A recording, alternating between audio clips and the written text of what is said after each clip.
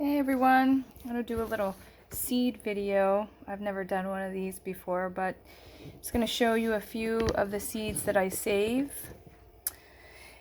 With everything going on, I think it's a great idea to save your organic seeds so you would have some for next year and that you're not running out looking around for seeds that you can't find.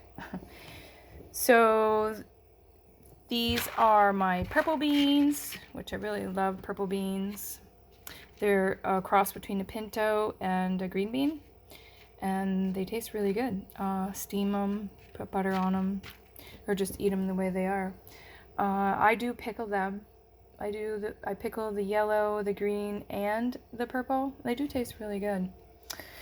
And it's weird because the purple beans are white, the yellow beans are purple, and the green beans are purple. Some of the green beans are green, but it's just weird how they grow.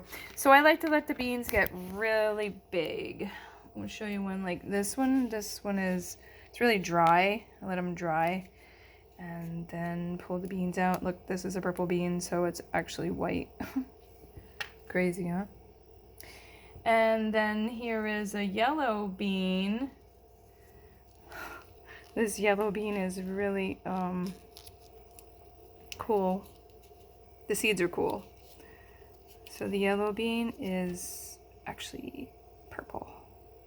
Isn't that weird? Some of them are really dark purple, like this one. Kind of reminds me of that game we used to play with the beans. I can't really remember that name of that game, but we would try to eat them as kids. Peas. There's some that are dried. Some more I found today. I let them get like really big. The beans, peas, I'm sorry, and then I just leave them on a plate and let them dry. Make sure you label everything. Well, this is obvious that it's pea. And then here are my tomato seeds. These are my orange tomato seeds. These are the indeterminate vining tomatoes. All my seeds are organic, so I know that I can save these seeds. If they're not organic, I won't waste my time with it. Sometimes they'll grow and sometimes they won't, so you don't want to have a lost crop. These, I'm going to show you how to do it. These you just don't pluck out of the tomato and throw them on a plate because it just isn't going to happen.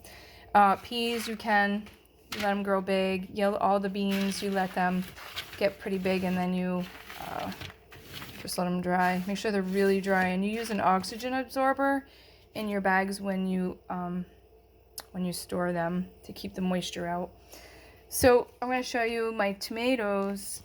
This is how I did the orange tomatoes, and these are the red. So I've chopped up a really nice big tomato. I probably should have let my tomato ripen really, really well. But it's okay. I'm just doing this to show you. So you see the tomatoes, how there's this little gel on it. It's called an enzyme inhibitor. And in order to get that off, you have to soak your tomatoes in a jar with water. So if there's this much tomato in here, I put about that much water on top of it, and I let them soak for 3 to 4 days. They might get a little mold on top, and you can just, take the mold off and then, cover it back up and let it sit for another day. And then take a strainer and run it through a strainer and rinse them off, and then put it back in the jar and put more water on it, let it soak for another day or so, just to get all of the gel off. So you're kind of fermenting them, and the little gel inhibitor type stuff will come off. And then the seeds that are no good will float to the top, so you just drain those, rinse those off, and then put your seeds. I dry them a little bit, pat them, and then I put them on here. Don't use paper towel, because paper towels, they'll stick to it. The paper plates are okay, and then I'll come through and just make sure they're not all sticking together. Some of them are stuck together as they're drying, and these have to be really dry before you put them away. So I just wanted to do this little video. Save your seeds. If you like cherry tomatoes, do the same thing with cherry tomatoes.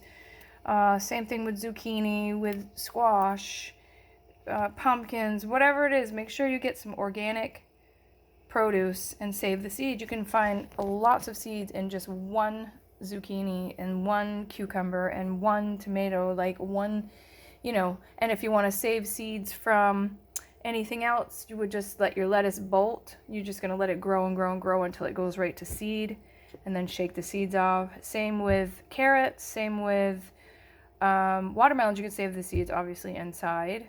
So it's great to be able to save these seeds every year, because then these, to be honest with you, from what I've learned in the past, is that they become very immune to your surroundings and to your soil.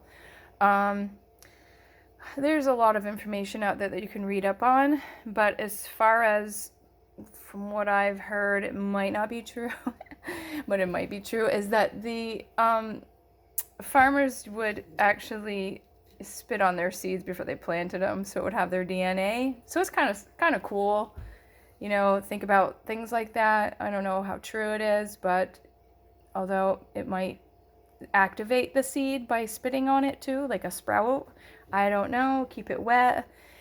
If someone finds the story, let me know. I haven't really dug for it because I have many other things to do than to be looking for other stories on seeds. But here is just a few of the things that I've done, just in a, you know, like, I don't know, 20 minutes, just to take these seeds out and just set them in their jar plates, and then when I find more, I just add to it. They'll dry, and then when they're really completely dry, I'll store them properly.